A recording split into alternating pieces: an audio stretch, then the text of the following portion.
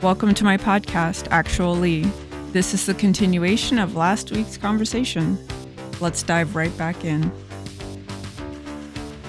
Yeah. And once I started doing that, it was like, man, I'm able to communicate so much easier. Yep. And That's huge. That's huge for me. But I vaguely remember there being some conversations around eye contact, especially when I was being reprimanded. But the problem is I would start laughing, because I don't like when I look at faces, I don't see like a whole face. I see pieces. yeah, And so, like, if somebody is angry, you see like an angry nose or angry red cheeks. And it was funny to me, like my right. mom looked like a crab.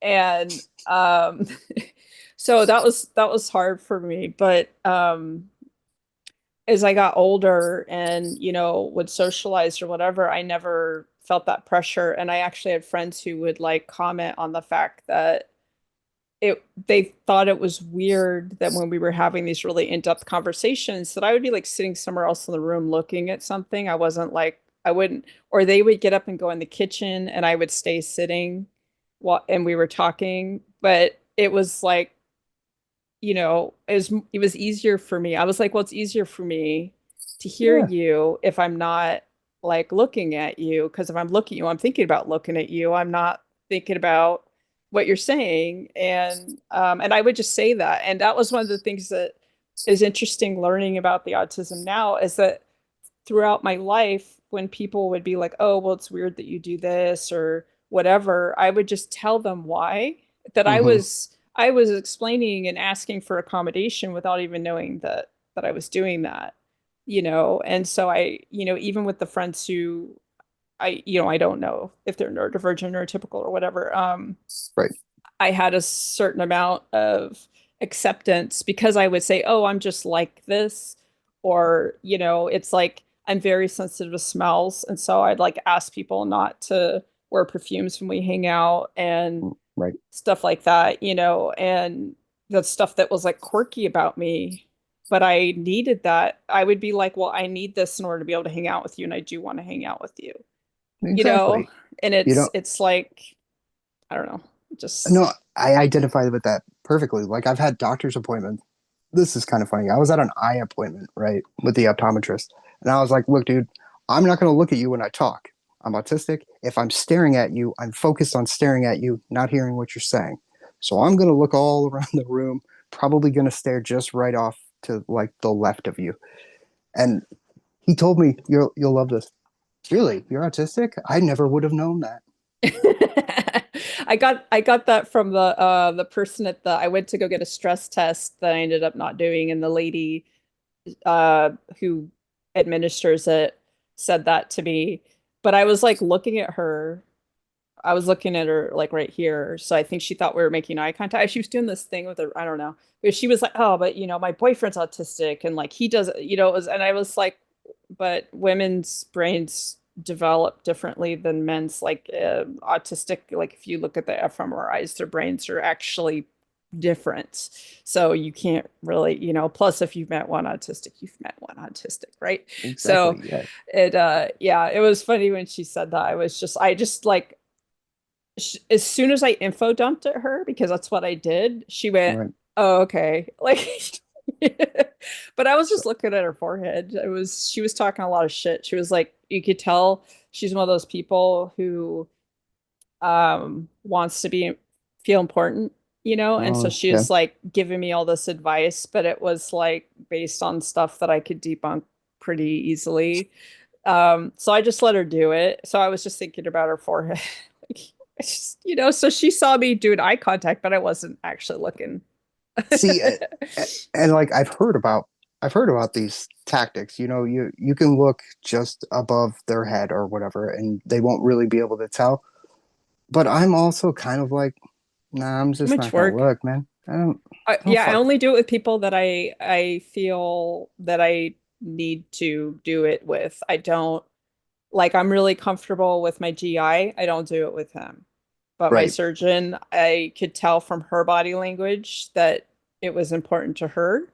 So Hmm. then, like when I would look away, she would like Hey try to be man, hey. try yeah. So it's kind of like it's like that. So anyone I'm comfortable with, I don't do it. It's just See, that would be something like if it was somebody that I was like close with or trying to be close with, if I knew that that would be something that made them uncomfortable, not looking directly at them in the face, I would adjust my behavior to work for them because it matters to me. And yeah. but That's a otherwise, that's like to me, if compromising for someone else's comfort, absolutely. I love making other people happy. I want other people to be comfortable. But if it's going to be at the cost of me not being able to be present with them, and that's what would happen in that case if they really okay, wanted me to have eye contact in this high intimacy moment. I wouldn't be able to be in that moment with them because I was doing the eye contact. And so my compromise would be like, you get to choose. You either right, get me looking like I'm doing the thing, or we do it with, with it shaped more like me. And exactly. that's, yeah. See, but again, like you were saying, this is just in general. For me, I might be able to. I'm fairly confident I can adjust my behavior. That might not be the same for you or somebody else. Yeah. I was just speaking personally for me. I'll probably. I mean, I at least would give it a shot, right? To see Right. if I can make it work. If it doesn't, then that's another conversation to have. But I feel like I could adjust some behaviors to a degree, but for the most part, I just work better if I'm not staring at it. It's weird because like on camera, I don't have as much of a problem. I still do look off quite a bit, but it's not. It's odd. It's almost like I don't have that same issue, but it's Yeah. also not eye But to eye too. we're not like we're not making eye contact. We're looking at each other's faces and we're looking at each other, look at each other. Yeah, it's it's It's it's like different. Yeah. yeah, if we were like side by side, like on a couch or something, and we were looking directly, that would be obviously a lot more intimate. That I would absolutely be looking off to the side. But I don't know, maybe it Yeah. is that separation, the screens and whatnot. And also, we're both kind of pulled back too, so we're not like straight up in the camera and stuff, right? Yeah. Like, oh hey man, Yeah, I don't like, even when I'm recording by myself, I don't look at the camera a lot. I mean, maybe I should. I don't know. I just, you know, I'm fuck it. like, yeah, if people need to feel like I'm looking at them when I'm not, that's not my problem. Exactly. It's the same thing I'm thinking when I'm looking off to the side. If that optometrist was like, buddy, I'm gonna feel better if you look at me. I'm like, that sucks. Because Yeah, I like, we were talking about earlier. I've spent so much of my life catering to them and neurotypicals and the people in my life, their neurotypical demands and what makes them feel comfortable. I'm really tired of doing that, dude. Like, right. Well, especially because like you do all the work to like do the thing, and it's often still not enough. We're still different enough that we still yeah, don't so it's like it's a lot of work for why. yeah. And it's like I can do a lot of work and I'm cool with doing that if you do it too. Like Right. this should, but we're the ones with reciprocity issues. It drives me nuts. I tell you what. But if you're willing to do the work too, then of Yeah. course I'm down to do it. But and like you were saying in your prior relationships and interactions, it's like you get so used to doing all the work. It's like I'm always the one doing all the work, so I'm tired of doing it. And Right. and So it, burnt out. yeah, and it's like if you have to force them to take on that burden of work that they should be, you know, willing to do just on their own, it's like why even bother with this anymore? So I totally get that. Yeah. Yeah, it's like I definitely reached that point because I was like, dude, I'm so tired of doing. I mean, even like for like romantic relationships, I Hmm. definitely like I hit that wall in my 20s where I was like, I don't do Really? this anymore. And then I was single for more than 15 years and just didn't even no dates, nothing. I mean, I never had nothing came up. I never got asked or anything, but I just I just it was like I just got tired of being the teacher, like teaching people how to communicate, teaching them how to do the sex. And then like they would resist me and act like I was trying to control them because my needs weren't being met and I was just asking for them to meet me part way so that my needs could be met in part. And then they would like leave, like I would leave, and that would make them go, "Oh, I should have done the work." And then they would go do the work with the next one. And literally, I've had like where the next partner would thank me for the things that I taught. And I'm like, "Are you real? Okay, What? so that I was just like, you know what? I am gonna focus on my kid. I'm gonna ride my motorcycle. I'm gonna like Right. have a life and fuck all this noise because relationships are not providing anything nearly as enjoyable as all the other shit I could be doing, you know? Exactly. And that just seems to me, man, what a weird backhanded compliment that kind of is, right? It's like, thanks for fixing them so I can benefit. It's like, go fuck yourself. Why would you even say that to somebody? Like, the, Right? but it also it boggles my mind why people wouldn't want to do the work. Like, I don't understand that. Like, if I mattered to you, you do it, right? Right. Or you make the effort and try it. Yeah. There's no and that's like my ex-house, like there is no perfection. There's only doing your best and then things get shaped based on that. Like and learning takes time. Everything is baby steps. Sometimes there's steps back, we revert, we go back, we like, we get distracted or whatever. I'm like am never asking for an instantaneous overnight perfection change of habit because that's not how things work. I am a realist and I will be Yeah. here to support and to help and to remind and whatever if you just utilize my support. And instead it's like, oh yeah, I'll do that, and then nothing ever happens. And I'm like, why are you lying? Why are you lying? Just be honest and say that you can't do that so that I can make an educated decision about who I have in my life. And you Yeah. know Let's make this easy. Because, and I don't understand why they wouldn't look at it from, sort of a practical perspective. It's like, they're always going to be unhappy with, my lack of effort or whatever, uh, why would I want, why would I want to put myself in a position where they're always disappointed by me? You know what I mean? Like, just from them, the other perspective. I don't understand why you would want to do that yeah. either. It's like, why would you Right. want me to constantly fight with you? Why would you want to be in a constant, having the same conversation over and over again? It just seems Right.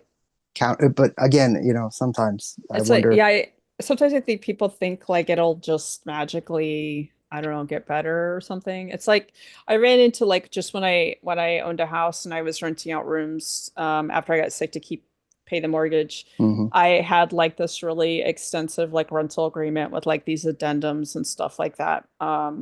Because I'm very thorough and preventative and stuff like that. And people would be like, yeah, and I sent it to them before they even came to see the place. And I'd be like, please read through this and make sure this is stuff you can agree to, you know? And they would be like, show up, be like, yeah, yeah, yeah, and then like move in and they do all the things that they're not supposed to do. And I had more than one of them be like, oh, I didn't think you really meant it. And I'm like, but it's in a written contract that you signed. Why would I not mean it? Like, Yeah, you like this. know? This took effort. I had to think about Yeah. this. I had to proofread this, man, Yep. and I had to print And it. I You had, know? I mean, I had some that were just straight, like someone got really depressed and she just couldn't do some of the things. And she told me, she's like, I'm really struggling. Okay. That's a different type of thing. I'm very accommodating when I have something to work with. But Yeah, some people, I think they just wanted the place and they thought that once they were in, they could. And I was like, nope, you gotta go. I just give them their yeah, notice. I just like, not even yeah. fucking around. It's my house. Exactly. I have to live here. Like, Yeah, and you're just visiting. Like, this is my shit, bro. Like, Yep. you're a And guest. I charged like way under market rate Hmm. because I know I'm a pain in the ass. And like I mean, I had like, you can't cook it like fry because I was on a liquid diet and everything made Hmm. me nauseous and I was literally starving. And so I was like, can you not cook certain foods at certain hours? Like, you Right. can get make cereal in the middle of the night, I don't care, but don't fry eggs at 2 in the morning because and there's this dude, he literally 4 in the morning every day fried eggs, even though there were hours for cooking. It was like 10 p.m. to like 8. a.m. or something like that. Like, don't Right. cook stuff that's going to smell, and it's just like it's just shit like that where, and I was like, leave the washer door open so it doesn't mold, Right. and other stuff like that. And it was, Practical things, yeah, that and just makes sense. Just, right. And I ran a dehumidifier because the area we get like fog at certain times of the day because we're, the San Francisco type fog. hmm And humidity can be like a big problem and cause like mold and stuff. And so I Oh had yeah. like you need to leave your room open, a certain amount of the time for airflow. Obviously if you need privacy or whatever, you don't, hmm but not, there needs to be a certain amount of airflow. Yeah. Otherwise you need to get your own dehumidifier. That was kind of and I was like, I can recommend small, affordable ones, blah, blah, blah. And it was stuff like that like those are particular rules and people have to adjust to them. And some people did, and they ended up loving it where they learned a lot about air quality and it Oh made yeah. them feel differently when they went to other people's houses because they were like, Oh wow, shit. the air quality is so good in this house. Gotcha. And then some people just like completely could not be bothered, and then I was Same. like, get the fuck out. Like, Yeah. Why? yeah. Like, dude. Again, it's like that's your shit. This is my house. After Right. you leave, I still have all of it to deal with and stuff. But Yeah. I don't understand Yeah. why uh, people are so inconsiderate. I don't get it. Doesn't make sense to Yeah. me. But It's like it's weird. I could probably write a book on my housemate experiences. Just crazy stuff. Yeah. there you And go. the one that made me move out was the autistic one. He That's kind like of funny, actually. yeah. I didn't know. We clicked on cars. He's like a architect or whatever, but he was really into cars and I like vehicles, so we would like talk about them all the time. And hmm then at one point he was like he is a make too much eye contact autistic. So There are um those out there. yeah. See, this is all And new to me. I don't want to yeah, make generalizations to seem insensitive. It's just this is all new world to me. So yeah, so he explained. He's like, "Well, I have Asperger's," and I was like, "Asperger's is a bad word," and and he's like, "Oh, I didn't know that," and but like he got stalkerish, so he started getting weird because mm, he like I became like a special interest. And really, if I had known that I was autistic, I might have been able to navigate it better, but I didn't know how to deal with it, and it made me feel really unsafe. So I was just like, I think if I rent out my room, I could afford to live somewhere else. Like, I just left. I couldn't. It was like too much. I just was at that point after years of having people in my space and all the sensory stuff. I was like, yep, okay, the stalker thing is I can't, this I is can't deal the. with it. I don't. Again, I don't fault you for that. Like Yeah. like you were saying, we're not we're not a monolith. We're all different. We Yeah. don't always get along with other autistics, even though typically, on the whole, autistics generally have better interactions with other autistics. At least that's what one study says. Uh, Yeah. but I mean, we're all still people, you Right. know. Right. So Yeah, you don't there's still always shit. Yeah, exactly. he like had somebody email me and tell me to off myself after I gave him notice to move out because the other housemates were having issues with him as well. But he made the mistake of doing it from someone else's name, but I have friends in the community that he's in, because he's Persian, and so my friend like looked up the name, found him, connected, kind of went, "Hey, cousin of so and so, this happened," and yeah, I was like, Jesus. but like yeah, I responded back with his name and went just said I hope you have a nice day and then said his name in response to the email where they sent that. It Jesus. was just like, and it was silence after that because it probably scared him, but then I also had my friend do the word of mouth thing. So Man, dude, no, fuck that. Like, there are yeah. some things that you can say, and there are some things that are always inappropriate, no matter who you are. And Yep. that type of language, no, you're fuck out of here, dude. Like, Exactly. So I was like, well, I'm glad I gave him notice because, nobody needs to deal with that shit. Some like absolutely. basement dweller bullshit. Yeah. And, But I understand being mad and saying things when you're upset. But again, there are some lines you just don't cross. And that's one of them. Don't yep. tell somebody to, where they say, unalive themselves and stuff like that. No, fuck out of here, Yeah. dude. I don't like verbally abusive behavior in general. So even like on X, people will post about like a person they don't like or like Elon Musk or something, not like a someone that they know personally, and they'll name call, and I don't like it. I don't care what you think about that person. The name calling part isn't necessary. That tells me more about the person doing the name calling than it does about the person being, name called. Um, Absolutely. Yeah. and that's like a hard line for me. Like I'll name call myself, Right. inanimate objects. I swear everything, but people, I don't, that's just there are very few people on the planet that are bad enough that I think that type of behavior is appropriate. It's like a hard line for me. Right. So, No, I totally understand that. I am very guilty of name calling. I tried not to. I still struggle with it. But I do try to go funny with it mhm. instead of, saying like, whatever. I try to say, I do like, do I do do funny stuff sometimes. I called somebody an abscessed anus the other day. So did they even know what that was? Like, were they well, like, I oh didn't my direct it. goodness? It was like I was messaging on Facebook with somebody about Mm. a bad person from my past, not even someone actively, and but yeah, I don't know if they had seen it, if they would know what that was, but That's almost yeah. funnier because it's almost like you're speaking in code and they don't know what they're Yeah. talking about. But like, I usually say stuff like, booger eater or, just I'm not calling somebody, filthy names. Yeah. Yeah, it's like childish. I like when I'm in the car, I'll get really pissed off sometimes at like really rude things that people do. And I'll be like, I hope a dump truck runs into your big toe. Like just really weird like forms of violence that are just so not like, Yeah, they're they're not. not real.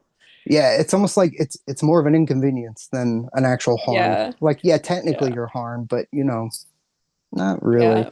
And Exactly.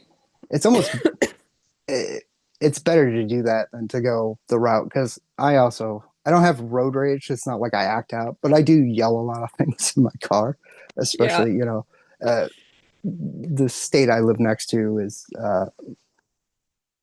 they have some interesting drivers with some to say they have interesting rules would be to assert that they have rules. I don't think they really have rules. I just think they have kind of guides. These are Right. guidelines. And I'm constantly just yelling stuff, but maybe I should go a little bit more humorous route like you do Yeah, and I say don't know. I sillier mean, things. sometimes people just do things that are like road laws that, like speeding. I don't think speeding is a problem if you're not cutting people off and stuff. Like if it's like 4 in the morning, you want to go 120 and you're not endangering anybody, then that should be fine because it's, like whatever. But if you're like Right. not using your blinker and you're cutting people off and you're swerving and you're being unsafe and it's obvious that like, you know, you're not giving other people the opportunity to like recognize that you're there and you don't have good control of your vehicle. That's like I can't I just, so yeah, I like I have to verbalize to get the feelings out that it's Hmm. causing in my body to see them behaving so selfishly. You Yeah. know, it's just so I don't have a problem with it. I just choose not to go the verbally abusive route because I know that like everything that we do, like all the words we use, the ways that we think about stuff, they builds pathways, right? And when Yeah. you build pathways, it makes it easier to go that direction. And because I grew up in an environment where there was a lot of abuse and violence Hmm. and bad words and just mean, um, that's something I worked really hard to like just not access. So I just choose not to let that kind of negativity be a normal part of and it's like I'm still very realistic about how the world works and how I'm impacted. I just don't have to think bad things about people. I don't need to be in a war mindset all the time, you Right. know? See, I think that's virtuous. Like, you're trying to do things that like you're trying to do the opposite of things that you experienced that were bad. Like, and I think that's virtuous. Like I wish I could do better like that, where, I don't go I don't like being aggro anyways, but I wish I could, handle those things a little bit better too. But yeah, It's so just practice. It's literally I I used to put holes in walls and rip cupboard doors off cupboards.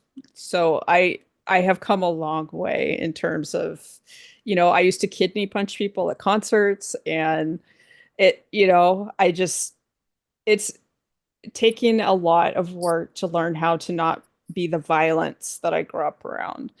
yeah, And I still feel like I'm constantly like learning, because there's stuff that I learned about like psychology wise and communication wise that I never got to practice. So I have yeah, these concepts right here that I'm just waiting for the real world experience to get to practice it. And then when I practice it, right. it's not going to be perfect. It's still going to feel weird. And, so I feel like I'm always going to be working on it.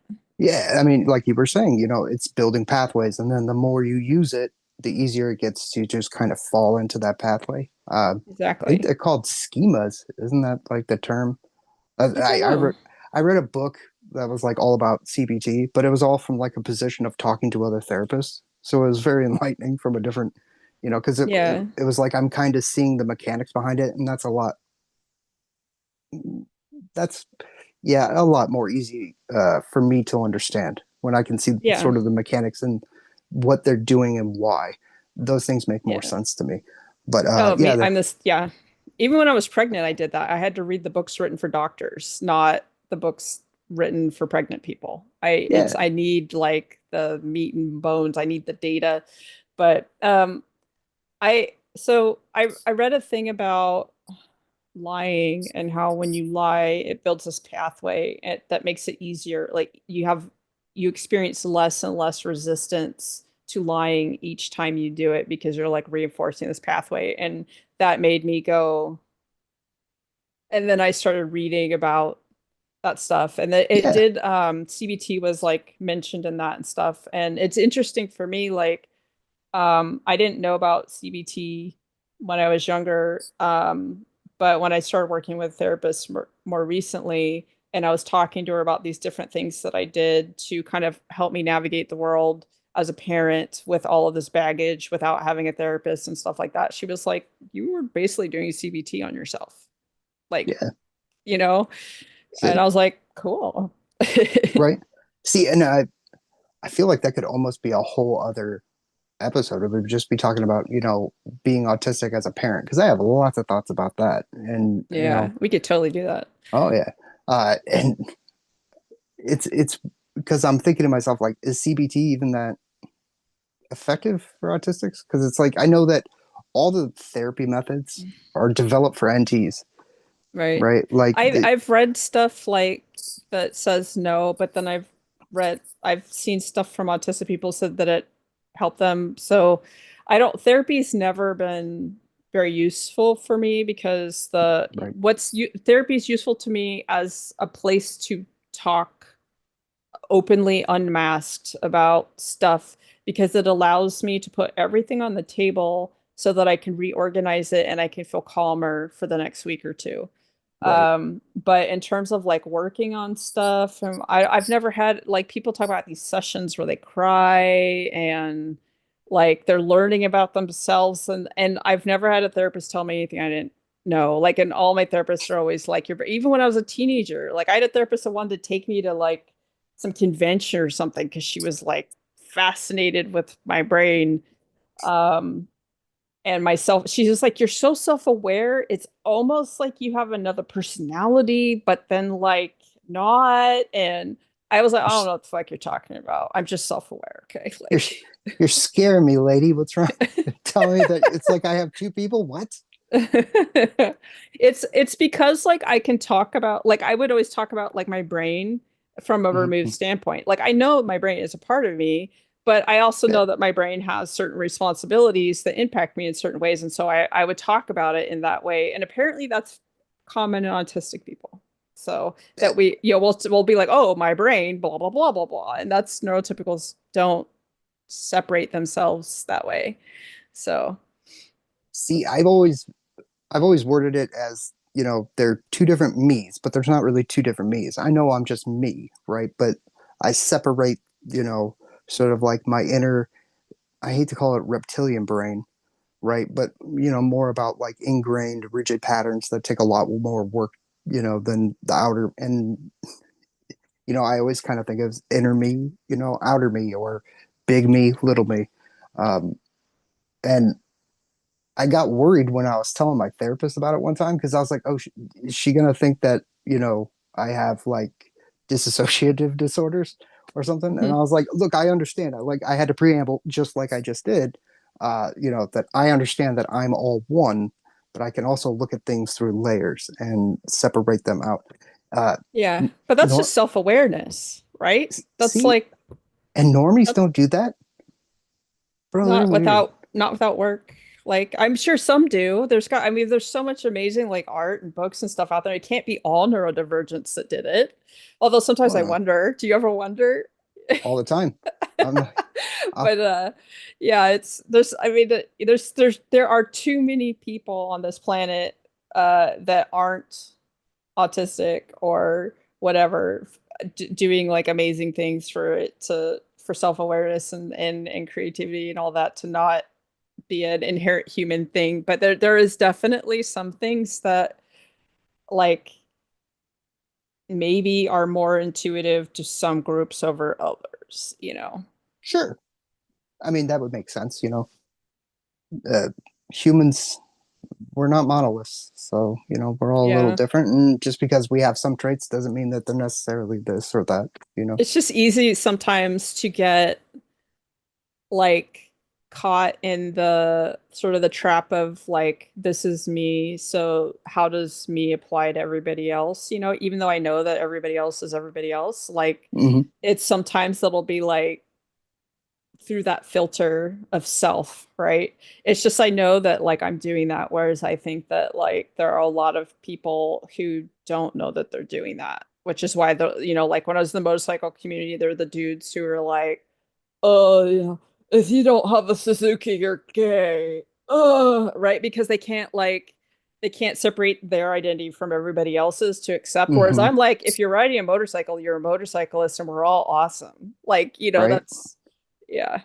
that doesn't even make sense to me. Like I don't know, if things don't if things don't seem reasonable, they're just so foreign to me, you know. Why would having Right. a motorcycle be dependent? How would that influence your sexuality? That doesn't even, that doesn't, Right. I understand that the sentiment was like, oh, then you know you suck or you're less or whatever, and that's Yeah. even more problematic because it's like, But why? it's the same thing to me as sports team fanaticism, right? It's all nationalism when it comes down to it. If you have a Yeah, Suzuki and you think you're superior because you have a Suzuki, that's nationalism. It's that same tribal, yeah, xenophobic bullshit, like whatever, that I'm like, to me is so irrelevant. Like yeah, I'm just like, I just accept people as yeah, they are because they're not me. Like, exactly. And like it's weird you bring up the sports teams because I'll never understand that. You know, I don't understand team loyalty because it's like, what are you loyal to? You know what I mean? Players get changed in and out all the time, right? right. Mascots get changed all the time. They even move this, like the cities. You know what I mean? Or change the name and all that. And I'm Yeah. like, what are Although you even? sometimes when they change, like one of the baseball teams got moved from here to like LA or something, and then Mhm. everybody here now hates that team because they're traitors or posers or whatever. I don't all I know is if I see a vehicle and they've got the Raiders flags, do not drive near them because they're not good drivers. They're worse than Prius drivers. Like just you know. Prius drivers. See, I don't have a lot of those. Even though I live in a college city, I don't have a No, lot of. no, we like it's all Teslas, Priuses, and stuff like that here. And and Teslas have taken over BMW placement for assholes on the road. They're just, and I don't know, like with Priuses, I actually drove one and I found that it had a really big blind spot. And I was like, okay, Really? that might actually be part of the problem is, because I was almost getting hit by them all the time. And I was, if they're relying on the blind spot thing on the mirrors, those aren't like super accurate. So I was like, maybe that's part of the issue with them is it, so I just made sure when I was on my motorcycle to always give them a wide berth because they might not Like, be able to see me at a spot where I would expect them to see me. But like the BMW guys and now the Tesla, they have no excuse. Like they're see, just rude. in my little city in the Midwest, pinning that, I'm going to come back to the sports teams thing real quick. But I've only seen maybe one Tesla, maybe two in my little area. I But swear they're the most common car on the road here. Like I shit you not, it's crazy. Like they're everywhere, and we have the Rivians as well, which those are they're like a truck that from a different company, and I'm sure, really hoping they do well because like Tesla needs some competition. yeah, and like I was saying, if I can help it, I'm not getting anywhere near a Tesla, dude, because those things just like explode randomly, Right? or they'll just stop. Just Yeah. especially with it's a whole thing with the self-driving. They had there was a 19 car pileup. Don't quote me. I'm just going off memory. Where a dude was doing the auto drive with the Tesla, and it just stopped in the middle of the road, just Right. braked, and in the middle of a tunnel, and just a giant crash. And so I'm looking Yeah. at that like it's a driving bomb or something. I'm like, I'm gonna go that way, Yeah. and I ain't getting I near just that don't thing. want to put money into that guy's pocket at all.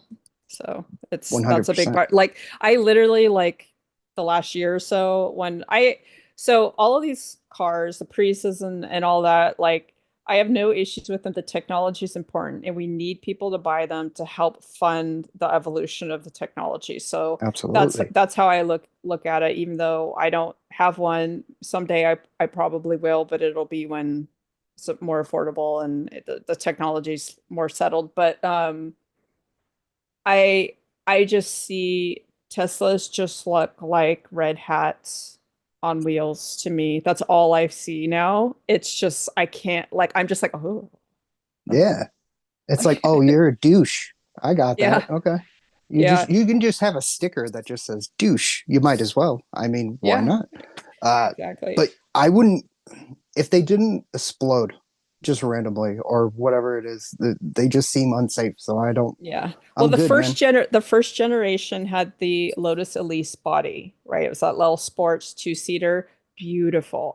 When I would see those, I was like, oh, because they were little go-karts. They were super fast off the Oh line yeah, and lightweight and just beautiful. And I was like, but then they moved to like this sedan looking thing. And that's fine for people that want that. But I was just like, where's the pretty one? Like yeah. They have no character now. What happened? yeah, Uh, see, exactly. Like I have no idea what cars do. Like I know that there are car guys and stuff like that, and I'm I'm not a car dude, so I'm gonna nod my head and I'm gonna agree with whatever you say, but it's I have no concept of what you're So talking about. So driving was one of my special interests from okay, early age. And I am not super into cars where I can like rattle off this model and that whatever. More mm, motorcycles, I can recognize what motorcycle it is just from the engine sound, but like I still like I haven't kept up with like the current, but I understand the physics of it and that's where my focus is. And so for me like my enjoyment of like vehicles has to do with what it feels like to drive it. got And you. that's why I have the car that I have. But I also understand that that's not the future of cars. We're going to move away from that. But they do need to make fun electric cars. Like Yeah, that needs to be a thing because some of us, we want that. yeah. So, I can understand that kind of like most of my understanding of like muscle cars is just from other people that I've had around me. I'm kind of like it's a car, you know. So, Yeah, I'm not into but muscle. I'm not into straight line. I'm into corners. I'm into handling. I'm into efficiency, like, so a lot of people are like, oh, we're gonna go on a straight line. I'm like, yeah, but you know, I'm gonna kick your ass in the corners. So yeah, e- that's where that's where the skill is. exactly. So And it never made sense to me either when people are like, "Oh, it goes 0 to 60 and this," and it's like I have no concept of what 60 is and why is that cool. Like yeah. it just doesn't. It's just not my thing. So Yeah. it kind of And then goes over after my riding a head. motorcycle, it stops like, the 0 to 60 thing. It's so much faster on a motorcycle too that like, so then you'd be like, okay, this car can actually keep up with a motorcycle from the line. That's impressive, but that's almost never a stock car. That's almost always a heavily modified car. But and the electric cars are actually pretty fast off the line, so they're a little different. But Yeah, yeah, it's like for me, it's I don't know. I drag raced my motorcycle for fun a couple of times just because there were no other females doing it. And there was like this attitude that like females can't ride. And these guys were like stunters. They didn't do like track days, and I did. So they didn't really, I was the only one that showed up in all gear. And they just kind of this attitude. So I went out there a couple of times and kicked all their asses, and my motorcycle was totally nice. stock. And I Hell was yeah. just like, I was like, all right, whatever. But, and then See, that was it. Like, I was like, okay, I did it twice. I won. This isn't fun anymore. Can we go right. ride? Like, It's like I already did the thing. I'm like that too. It's like, you have a goal. Once you meet the goal, you're done with it. You know what I mean? right. I don't Yeah. know if that's necessarily what you were talking about, but that's just how I relate it in my own head, you know? Yeah, I'm the same way too. Like I'll lose interest in games and stuff because I gamify the game and I have a goal. And once I've reached that goal, if the game itself isn't giving me more goals that are interesting, I'm done because Exactly. I've reached it. So See, and I need to I'm gonna pause. am I doing all right real quick? Okay, Okay. we're back. Sorry about that. I had to go pee. And yeah, That yeah, happens. and yeah, are great. I was gonna tell you I'm sweaty.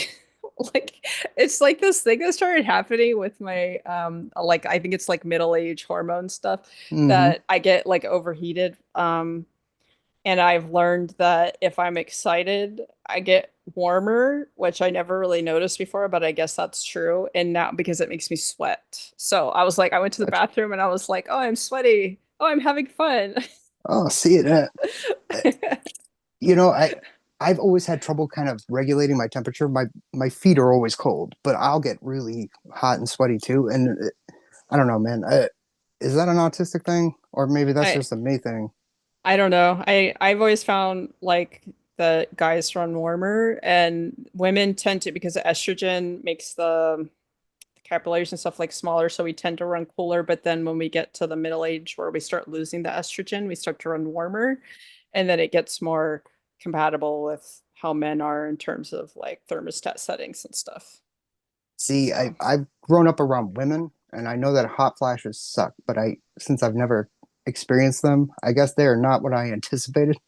Like I thought it was just like, they oh, you get really hot, but no, I guess they're way it's worse no, than that. it's like so there's like when you get hot and you're overheated and it's a hot day and that's uncomfortable.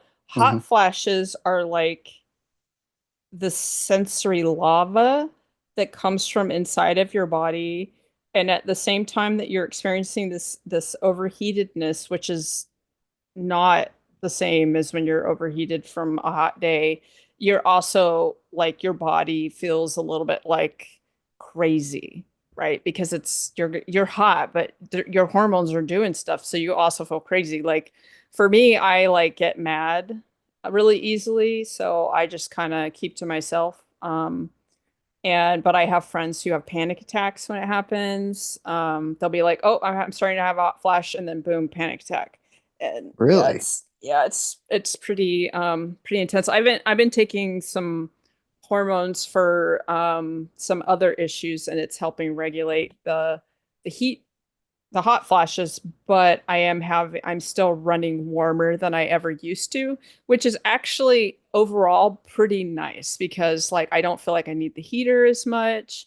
I've literally spent my whole life, my hands and feet are so cold. You know, I'd like go up to like my guy friends and touch them and they're like, ah, right? Yeah. And I don't feel like my toes are a little cold, but it's not the same. And it's just from the hormone changes, but I do get like sweaty in situations where I never used to get sweaty. So I'll be like, I did record a podcast last week and my shirt was like, I was so excited. I just was like drenched and I was just like, Really? you know, and it's just because I'm running warmer. So because I sweat a lot when I exercise. So it's Hmm. just, See, yeah, I it's a like new being normal. see, but at least like you're cool with it. Like, uh Yeah. I'm the same way. I like being sweaty. I like being hot. Yeah. Like I feel like it's cleansing or something. It feels healthy. Is that yeah, weird? it's just I don't know, it just feels more comfortable, except when I'm trying to sleep. Then I'm like, fuck Yeah. this, dude, this sucks. But Yeah. like I'm in the Midwest, so our summers are really hot, really humid in my Yeah. area. And most people are like, oh god, it's so hot. I'm like, you've lived here your whole life, you know what summer means here. I love it. Yeah. I'll just hang out in my garage and make stuff anyways.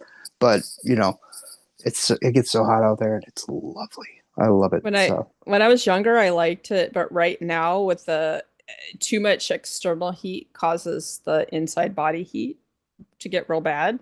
So it's kind of intolerable. But okay. I'm assuming once I get through this stage in life that will change because it's not going to trigger the hot flashes. So it'll, you know, that's my hope is maybe I'll just run warmer, but still can go back to enjoying because I like hot weather. I can't stand cold weather. It's like cold weather makes me want like I need like a hot rock. I'm just going to be a lizard and I'm going to lay there, you know? See, that doesn't sound bad at all. I'm like, Yeah. why is cold blooded bad? I mean, you get to hang out on warm stuff. But Hmm. yeah, I don't. Maybe it's because maybe it's just me. But like, cold just feels so much more intense, whereas hot Yeah. is calming. Relaxing. Yeah, and I wonder Yeah. if it's not just like a stimulus processing thing. It could be. And Yeah, because I cold feels it totally feels more intense and it feels mean. It doesn't like I don't feel like I can relax. Like my muscles are tight.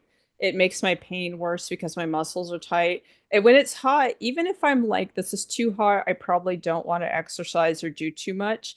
mhm. It feels it's like it still feels kind of like a hug.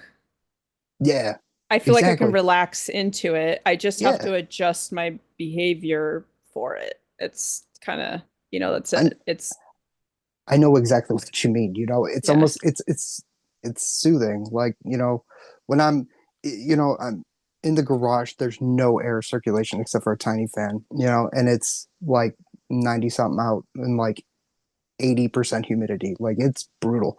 And I'm loving it. I'm just sitting there Yeah. just dripping sweat, but I'm like, it's so much nicer. And there's not that crazy stimulus. I also know that I I used to skateboard a lot more when I was younger. And in the Midwest, when we say it's cold. Like, Hmm. and cold concrete hurts a lot worse and Yeah. a lot different than in the summer. Like it's not so bad. But in the cold, it's like, especially when you're just warming up and you eat it on the concrete, it's because it's cold, so it's a lot more firm. I don't know, Yeah. Yeah. but again, maybe it's just me because I process No, stuff dude, because different. like when you stub your toe when it's cold, it hurts way worse than when Oh it's yeah, warm. It's exactly. rude. Exactly. Yeah. Especially like if you're like in a pool and you're getting out, I've caught my toe on. Oh God, it hurts so bad. Yeah, I don't that's know one of why, the times that I like some of my most violent outbursts when I was younger were when I stubbed my toe. dude. Like That's it's like the rudest thing ever. Like exactly, and it hurts so much. And like for what like every time you stub your toe, you're like, I broke it. I just had to. It's gone. Like it's gonna be compound fracture, just the bone sticking out. No, it's fine, but it feels like yeah. that. It's so Yeah, until weird. you actually my last time I broke my toe, it didn't even hurt like I stubbed it. it never hurt the way it did when I stubbed it. It like I was like, it's bending the wrong way, but it doesn't really hurt. What's up with that? right? Like, It's that like was so weird. my broken toe wasn't as bad as me when I stubbed it the one time. Right. You know, Yeah. so weird, dude. Uh, Yeah. did it ever start hurting worse? Because I mean, maybe it was like a shock thing. No, it never did, and not until I had the surgery where they put the pin in it. That's what made Oh it yeah, hurt. oh And yeah. and it hurts a lot now. Not all the time, but it hurts. I don't touch it. It's forbidden touch because it hurts so much. And I think Yeah. the reason why it hurts now is because the bone is actually mending, whereas Hmm. before the bone was when she went in there to do the surgery, it had never healed. It was just hanging out. Oh, got So you. so I think that might have been the lack of pain was due to the lack of healing. Um, Yeah, so yeah, that makes sense. she said that toes are just weird. Like they take a really long time to heal and they're not always reliable about it. But the way my toe was sitting, it couldn't Mm. really reach the other piece to connect. So it was just kind of hanging out there, which is Oh, why the first ER that I went to that told me my toe was not broken and was fine. I'm like, okay. it's like no, I don't feel it. That's a problem. Yeah, Like, I was like an hour ago it was not bending this way. Why are you She's like people have crooked toes. But- eh, do you understand the words that are coming out of my mouth? You know, it's like, oh my God, the whole medical industry and like I told my GI I was like, I would really like to get evaluated for autism because I would really like to have the diagnosis on the books because I feel like it would help me navigate my medical situations better, even though there's a possibility of me running into people that have like those biases where they might talk down to me. mhm, Um, I if I could look at a doctor and be like, I'm autistic, I need you when you say things to say what you know what you actually mean mhm, and help me understand how to navigate it when the thing that you said doesn't happen because like I'll go in for a procedure and they say, okay, after the procedure, here's what you can expect. I know all that shit because I did my research before. And they're right, like, if you have this side effect or you have this side effect, here are the different things that we can do for you. right. And when I have one of those side effects, they don't do those things. And I don't know what to do because I tell them like I had surgery on my hip. I had like a Mhm. torn labrum, so they went in and they have to dislocate your hip to do the surgery. And afterwards, sometimes that causes this like spasm in the muscle in your leg. Okay. And I'm already prone to getting those spasms. So they're like, if you have that side effect, we will do a nerve block because it's very painful. I woke up from the surgery, I was having that side effect. And I went, I'm having the thing that the anesthesiologist said that they would do the nerve block for. Oh, you're fine. And they sent me home. I spent 12 hours breathing in agony because like I kept saying no, like it's very painful. And they were like, no, you're fine. And they gave me more narcotics, but narcotics don't really work on me. So like I was like, that's not gonna. I never even took any of the pills they sent me home with. Most of my surgeries, I just send the bottles back into they have like the recycling places because I never Yeah, take yeah, them because they don't work on me. So like, I always tell my surgeons, we need to have a plan for managing my pain and I need consistency. And so it's yeah, like, I just feel like if I could attach the diagnosis on there, that it might help them understand how traumatic it is when people say one thing and they don't do another when I am suffering horrifically. yeah, I don't know how to get them to hear me. I'm like, it's so frustrating and I don't understand why it happens every single time. Like, yeah. No, that's really fucked up. I'm gonna be honest. Like, regardless of being autistic or not, like that's your patient. right. They're And in your that's like, care. is this happening to like me or does it happen to all their patients? That's what Right. I like because I know there are other people that also suffer like this, but there's a lot of people that also don't, or they respond to medication, so then it's less Hmm. of a concern. But autistic people are less likely to respond to narcotics, and I have Really? EDS, which means that I'm even like that makes it even harder for my body to respond to narcotics. There's like, like lidocaine doesn't is hit or miss. I've had root canals without numbing. It's not fun.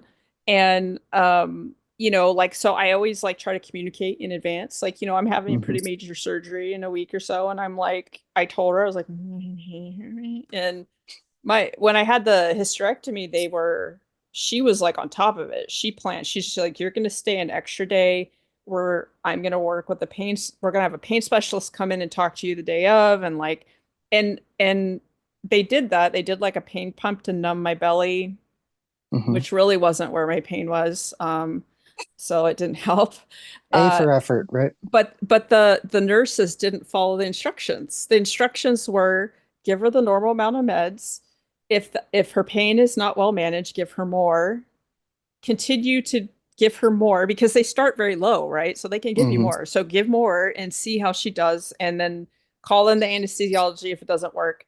And that nurse did not do that. And like I think I came out of surgery around noon, and then the other nurse took over at 6. The other nurse looks at my thing. I'm like been breathing, Right. and she was like, well, the instructions here say blah blah blah. What did she do? And I'm like, I don't think she did anything. And she looked and she's like, no, she didn't. She didn't even give you the full amount to begin with. What the fuck? Right. So Right. I was just like, and then they gave me meds, and I was like, I don't feel anything. They gave me more. They gave me like, I think it was like the third tier, got me down to a 6. And I went, I Wow. can live at a 6, you See, know, because that's normal for me. So I can do that. not to digress, but I've never understood that pain number system. Like, it's never made sense to me because it's like it Yeah. just seems so Well, it's subjective. Every person's exactly different. So, and that's, you have to look at it from that way is the 10 is you cannot tolerate it. You can't function. You can't think. You can't, it's beyond, right? The right. problem is like for somebody who's used to being in pain, you can reach a 10 and you want to die. You're literally like, please just kill me now. But you can't see it on the outside because the person's so Right. used to it. And so that's like, so I can tell them like when I had the endoscopy recently and I was having the nerve side effect to it Hmm. and it was really painful and they're like, "Well, call us if it's a 10 out of 10." And I'm like, "How is that how I'm at an 8 out of 10. I'm telling you I'm at an 8 out of 10 when it's embarrassing for me to tell people that I'm in pain." Right. Like, how is waiting until it's a 10 out of 10 acceptable for a test that isn't supposed to hurt in the first place? Yeah. I couldn't, I was so confused the whole time. I was like, I don't know, I don't understand because they're the words the, and then it ends up like they thought that I should have just known to go to the ER, but they told me to call them. Yeah. So why would I go to I, the ER? Like they're like, if they had said if you can't stand it, go to the ER, yeah. I would have, but they were like, just give us a call if it gets worse. But then you call and they're like, why didn't you go to the ER? It's like, dude, I'm wrong no matter what I do. Like, Exactly. you Yeah. know, And I've been turned away from the ER multiple times. So I'm scared to go because I'm yeah, like, I'm pretty sure I'm gonna die of a heart attack at home because I'm gonna be like, I'm probably not dying. I'm not yeah. going, Or it's gonna be like you're gonna go there and they're just gonna be like, hey, you're not dying, so get out of here. And if they don't listen to you, how Right. would they know? How would you Right. know if I'm not dying? Like, you're not Exactly. taking my word for it. I don't understand. People just need to believe people until there's a Yeah. time where they, demonstrated that they're not trustworthy. I don't. Yeah. That's not like when it comes to the medical industry, like I feel like they should always just take people at face value because most people, even if I know neurotypical people tend to exaggerate a lot, but like, even if they're exaggerating, so what? What's the harm? Yeah, Ultimately, what's the harm? Because when it comes down to it, you're still going to, the doctors all use flow charts to figure out what's going on, and they're still going to follow the flow chart. So just do the thing plus everybody perceives what's happening in their body differently. So like exactly. some people the pain is not going to be that bad. Some people the pain's going to be a lot. And it doesn't matter. It's not, just deal with it. Take the person at face value. And if they're lying, they're lying, Exactly. And I mean, I can kind of understand because it kind of becomes an insurance thing because in the past, doctors have been very liberal with the, very strong narcotics that they give out. And so they started getting sued, right? But I mean, So where I'm at, narcotics have never been like it's different. Like the cultures and different, like where my friend lives in Oklahoma, like it's really easy to get your ADHD meds. It's really mhm, easy to get pain meds and stuff like that. Here, it's never been that way. The doctors just don't. You get them after surgery, but you only get a couple of days worth. It's not, it's just different. So I've never been offered narcotics for pain when I've never gone to the ER expecting to be offered narcotic. The only is like when I broke my leg, it was a really bad break, and they doped me up for that because it was a right. bad break. And, Yeah. but like, yeah, it's not, they offer all kinds of other things, but not that. It's, I don't know. It's such a different, but I know that that's not the case everywhere else. Um, but yeah, Yeah. I have a friend that's going through all this health stuff. She got sarcoidosis, which is scary and awful and mean. And one of the side effects of sarcoidosis is kidney stones. And Okay. so she goes to the urgent care 'cause she's having all this pain. And Hmm. they basically went, "We're not going to give you drugs. You need to leave." But she doesn't have a history of doing drugs. She went to the urgent care that's part of the network that she goes to. Like all her records are there, and Yeah. she didn't ask for drugs. She asked for help to figure out what was going on, and it took like 3 more weeks for her to finally get a doctor to look and find the fucking 2 kidney stones that she had. Yeah. And You meanwhile, know? she's in agony because kidney stones suck. And I Yeah. mean, And it's just like, it's just sarcoidosis, and kidney stones are a known side effect of sarcoidosis. Like it just, what the fuck, right. I wanted to go find that urgent care doctor and kick them where it hurts. Cause like, what the fuck, Right. And that rude. took us. Yeah. And you know why they probably did that, hers? Cause she's got tattoos. She's like covered in them. So she keeps running into this issue even though she's not druggy-ish at all, but every time she goes in, it's like, "Oh, we're not going to give you drugs." She's like, "I'm not asking for drugs." It's weird. Because she has tattoos. Hmm. Yeah, it's That's just so like these weird. stupid. It's just, yeah, it's like, what is that? Drugs. I mean, tattoos are drugs. Like, it's not Right. like, It's just, yeah. it's like, oh, you have tats. Obviously, you're what, like seeking narcotics or something like you. Yeah, Yeah. it's so weird. Like, They I probably don't think the she's a Satanist too. Like, oh, only satanic people have tattoos. yeah, the bias is, like I sometimes have wondered if I've run into that with and not known because I'm not good at picking up on that kind of shit. So, you Now I'm know, thinking about it too. I'm like, shit, yeah. because I have a giant like prison tat on my arm, and now I'm like, shit, have people been treating me differently because of that? Did you say prison? Yeah, dude. Like, Is it a prison? Is it of a prison or you got it in prison? it's I mean, you would call it a prison tat. It's like homemade, and it's humongous. Oh, okay. It's just a homemade one. It's a whole fucking story about how I got this too. And like I did it myself and it's as ugly and sketchy as you would anticipate it. But yeah, man, like if you ever want to know the story, I can tell you, but it's Yeah. going to take a minute. It'll be a block of text or a 5 minute long, run on for me. Thank you for listening. Join me next week for the continuation of this conversation. Want to support my creative chaos and get access to exclusive content? Check out my Patreon. Have a great week.